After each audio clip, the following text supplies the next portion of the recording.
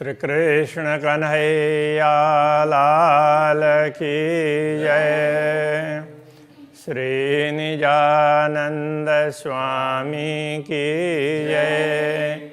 श्री प्राणनाथ प्यारे की जय।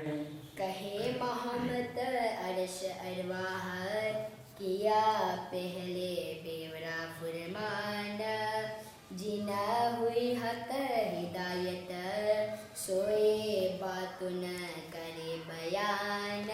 सोए बातुन करे बयान। श्री कृष्ण कन्हैया लाल की। श्रृंगार ग्रंथ का यह 24वां प्रकरण कुरान के अनुसार हकीकत और मार्फत क्या है उस बात को स्पष्ट कर रहे हैं। उसी ये इस बात को वैदिक परंपरा के अनुसार देखें तो यथार्थ ज्ञान, विवेक और अनुभव, अनुभूति अथवा परमात्मा की पहचान, विवेक से विवेक उदय होता है, उसके बाद में पहचान होती है। तो वो बात है। तो उसमें कते परंपरा में वो क्या कहते हैं कि रसूल मोहम्मद ने कहा, तो यही अंतिम ज्ञान है।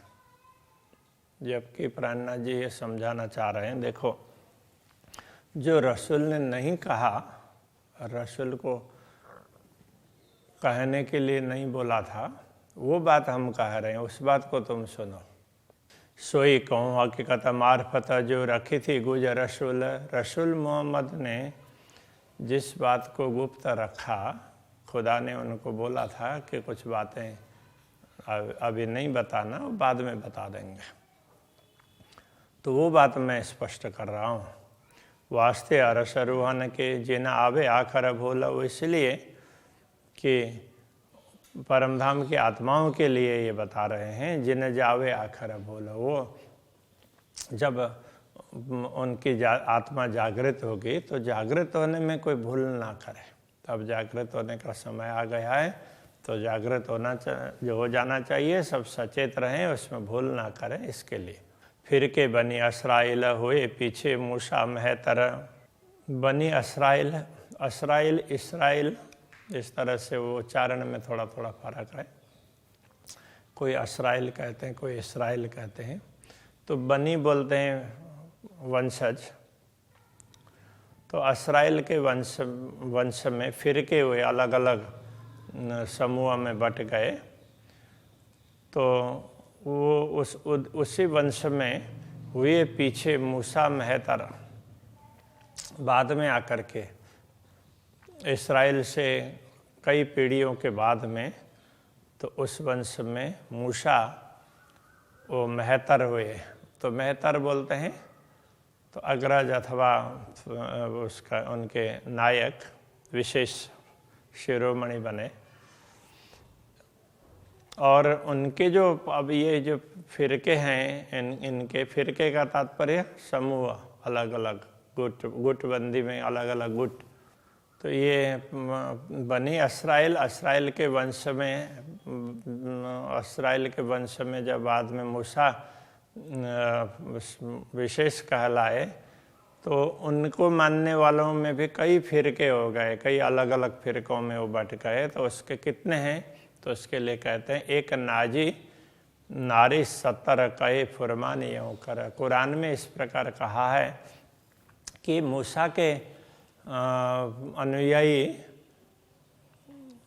कितने, उसमें 71 उसमें फिरकों में बट गए, 71 गुट में।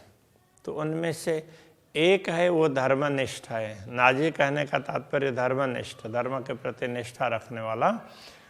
और बाकी नारी 70 प्रकार के हैं, वो उनको कोई धर्म के प्रति ज़्यादा इंटरेस्ट नहीं है। तो नारी कहने से उसका सीधा सीधा अर्थ वो नरकगामी, एक ही ऊर्ध्वगमन करने वाले होंगे, बाकी सब अधोगमन वाले ही होंगे। इस प्रकार से इनमें कहा कि ऐसे हुए। या ही भात ईसा के फिर के 72 कहे। इस प्रकार फिर ईसा हुए, तो ये उसमें कुरान में इस प्रकार से उल्लेख है, ऐसा कहना चाहते हैं कथ्य परंपरा में। तो इसी प्रकार तो ईसा के क्या हुए, या ही भात ईसा के फिर के 72 कहे। 72 फिरके हो गए, एक बढ़ गया, उनसे भी आगे बढ़ गए। तो उन 72 में एक नाजी 3 में हुआ, उनमें से एक ही नाजी उर्दूगामी और नारी 71 भये। तो शेष बाकी 71 हैं वो सब अधोगामी हुए हैं। 73 फिरके कहे मोहम्मद के 72 नारी एक नाजी। फिर रसूल मोहम्मद ने ये भी कहा कि मेरे अनुयायी भी 73 गुट में बट जाएंगे, तो उनमें 72 तो अधोगामी होंगे और एक ही ऊर्ध्वगामी होगा, ऐसा करके कहा। नारी जलसी आग में, तो जो अधोगामी होंगे वो सब नरक की अग्नि में जलेंगे। नाजी हिदायत है कि एक ही ऊर्ध्वगामी समूह होगा, वो परमात्मा की हिदायत उनके मार्गदर्शन के अनुसार चलेगा। जाहिर पहचान है तिनकी ले चलत मायने बात न। तो उनकी पहचान स्पष्ट है, जो नाजी हैं उनकी, कि वो क्या करते हैं, ले चलता मायने बात न। तो धर्म ग्रंथों के गूढ़ रहस्यों को वो समझेंगे। खुदा ने भी कुछ कहा है, परमात्मा ने, तो उसमें गूढ़ बात क्या है उस बात को समझेंगे। कौल फैल चाल रूह नजर इनो असल बकार सतन। उनका कौल फैल हाल, उनके वचन, मन वचन और कर्म। तो वचन, फैल कर्म और फैल वो मन और चाल उनके कर्म, मन वचन और कर्म। इनो असल बका और सतन। इनका वो इनका मूल परमधाम है, इसलिए उसके अनुसार इनका होगा, उनका आचरण, उनकी मनस्थिति, उनके वचन इस प्रकार के होंगे। फुरमान आया जिन पर ए सोई जाने इशारत। इन्हीं आत्माओं के लिए यथार्थ में परमात्मा का संदेश आया है। बाकी सब लोगों के लिए तो दुनिया में कैसे रहना वो पहले से कहा ही गया था। ए सोई जाने इशारत, उसमें कोई भी संकेत की बात बताई है तो वो यही समझ सकती है। ले मार्फत बैठे अर्श में बीच बका खिलवत। तो वो परमात्मा की पहचान करके तो वो अपने आप को भी पहचानेंगे और वो परमधाम में बैठे हुए अनुभव करेंगे। हम तो परमात्मा के चरणों में ही, हम तो दुनिया में कहीं गए नहीं। तो इस प्रकार से वो समझेंगे। ए इल्म कहे खेल उड़ जावे बका कंकरी देखे।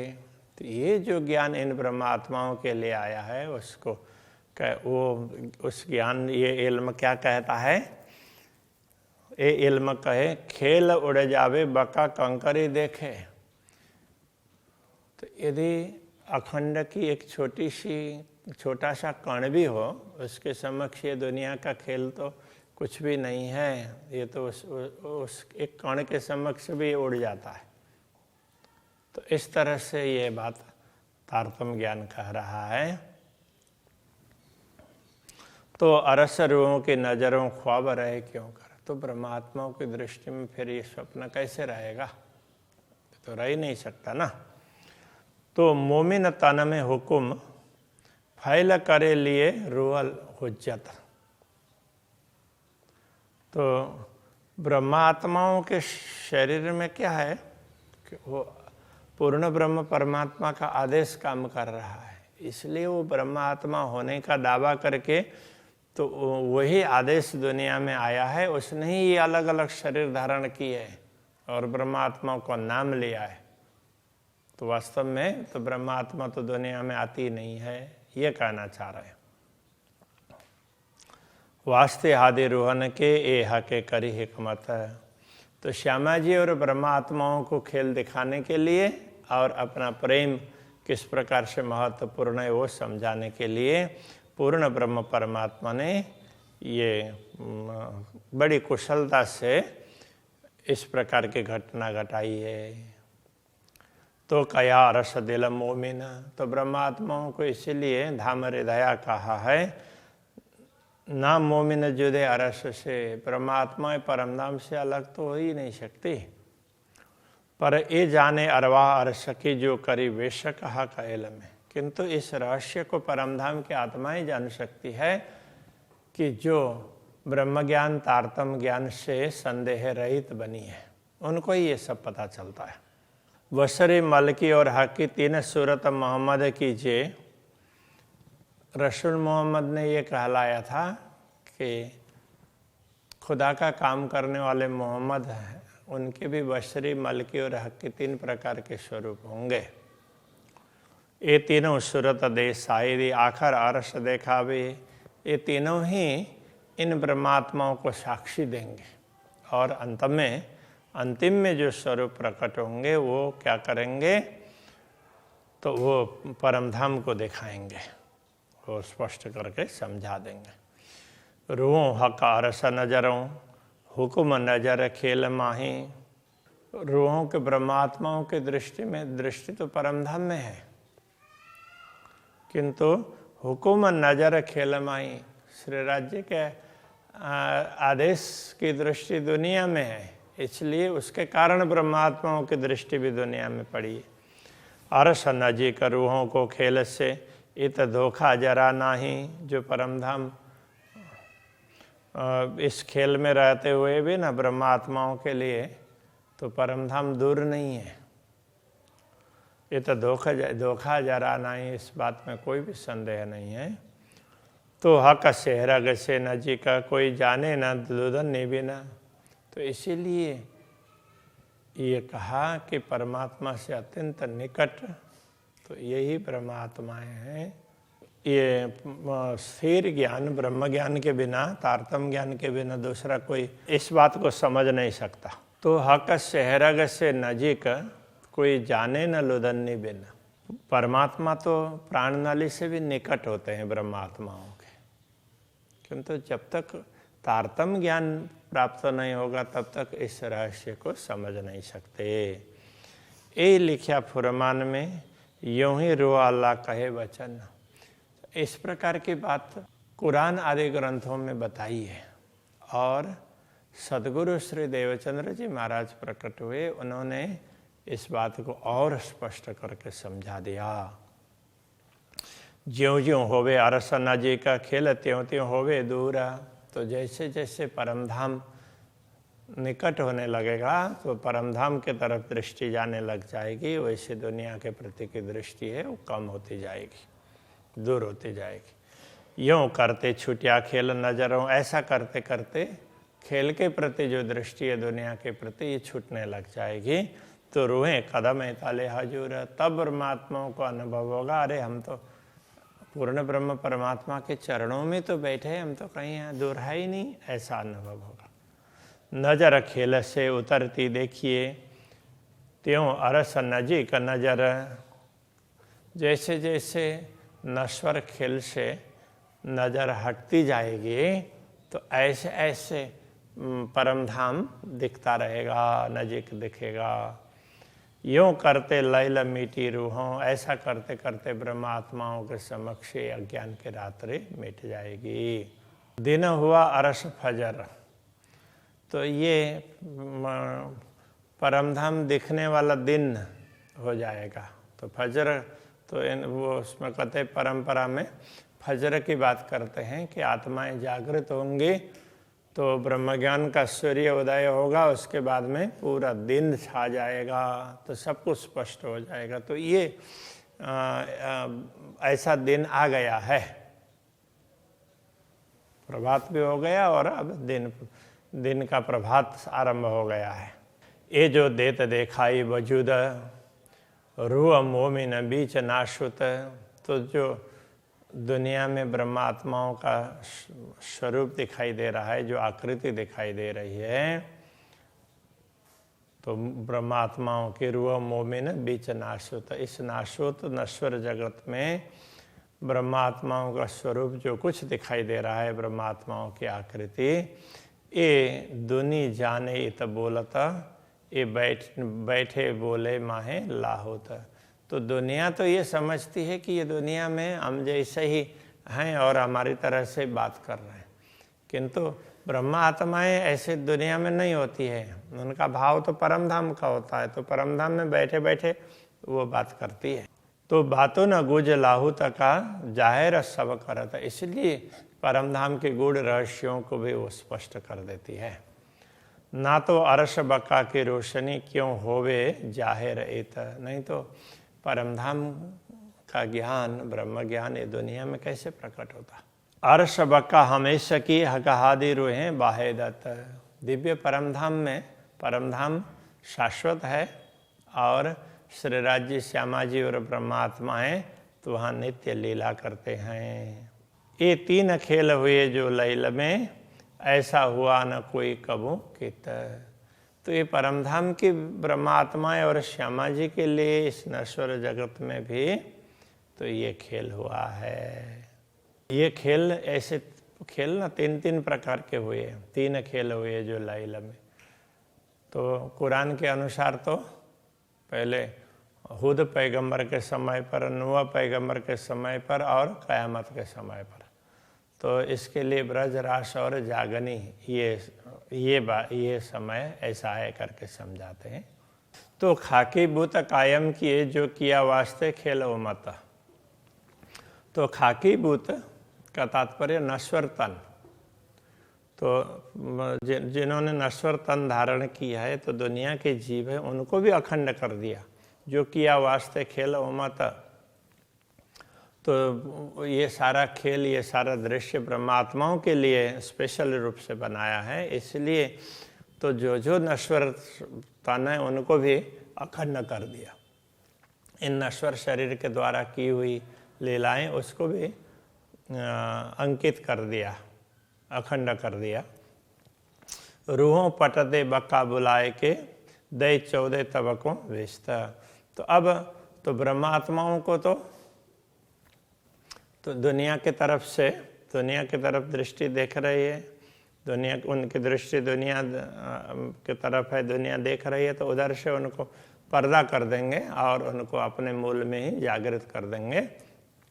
और दुनिया के जो दूसरे लोग हैं जिन्होंने जो उनके साथ में लीला कर रहे होते हैं, तो उनको फिर उनको मुक्ति स्थल प्रदान करेंगे।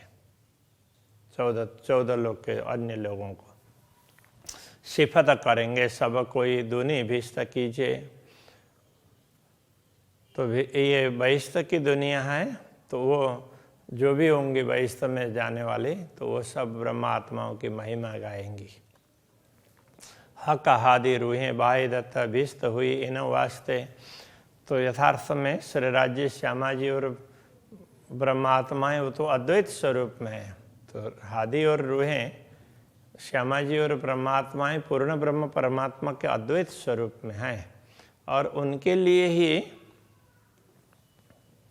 भिस्त हुई इन वास्ते। तो उनके लिए ही दुनिया के जीवों को भी मुक्ति स्थल प्रदान किया है। तो ये कथय परंपरा में जैसा समझाया है उसका रहस्य स्पष्ट कर रहे।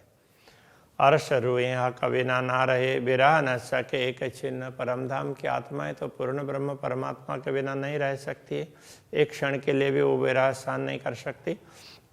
जब एलमे हुई अर्श बेशकी रूहें रहे न बिना वतन। जब ब्रह्मज्ञान प्राप्त होने के बाद में उनको परमधाम के विषय में पता चल गया, तो फिर ऐसी आत्मा अपने घर के बिना दुनिया में रह नहीं सकती, दुनिया को अपना घर मान करके नहीं रह सकती। जो कदी मोमिन तन में हुक्म, तो हुक्म भी रहे नाही। तो यदि ब्रह्मात्माओं के इस नश्वर शरीर में पूर्ण ब्रह्म का आदेश काम कर रहा है, तो वो भी टिकने वाला नहीं है, वो भी तो इसको छोड़ करके जाएगा। क्यों न रहे इत हुक्म, हुक्म बिना क्यों फिरता। अब ये हुक्म यहाँ क्यों रह रहा है?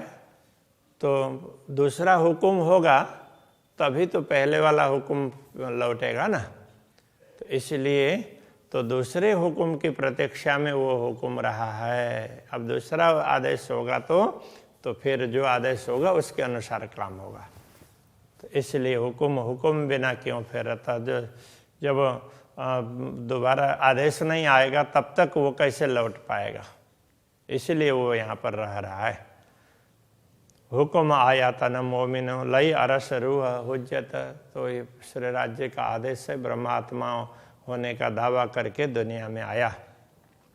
ले इत लज्जत अरस हक की, और यहाँ रह करके भी पूर्ण ब्रह्म परमात्मा का और परमधाम का अनुभव करके वो स्वाद ले करके क्यों हुक्म रह सकता? फिर वो भी यहाँ दुनिया में कैसे रह सकता है? उसने भी तो ब्रह्मानंद रस को चाख लिया। श्री कृष्ण कन्हैया लाल की जय।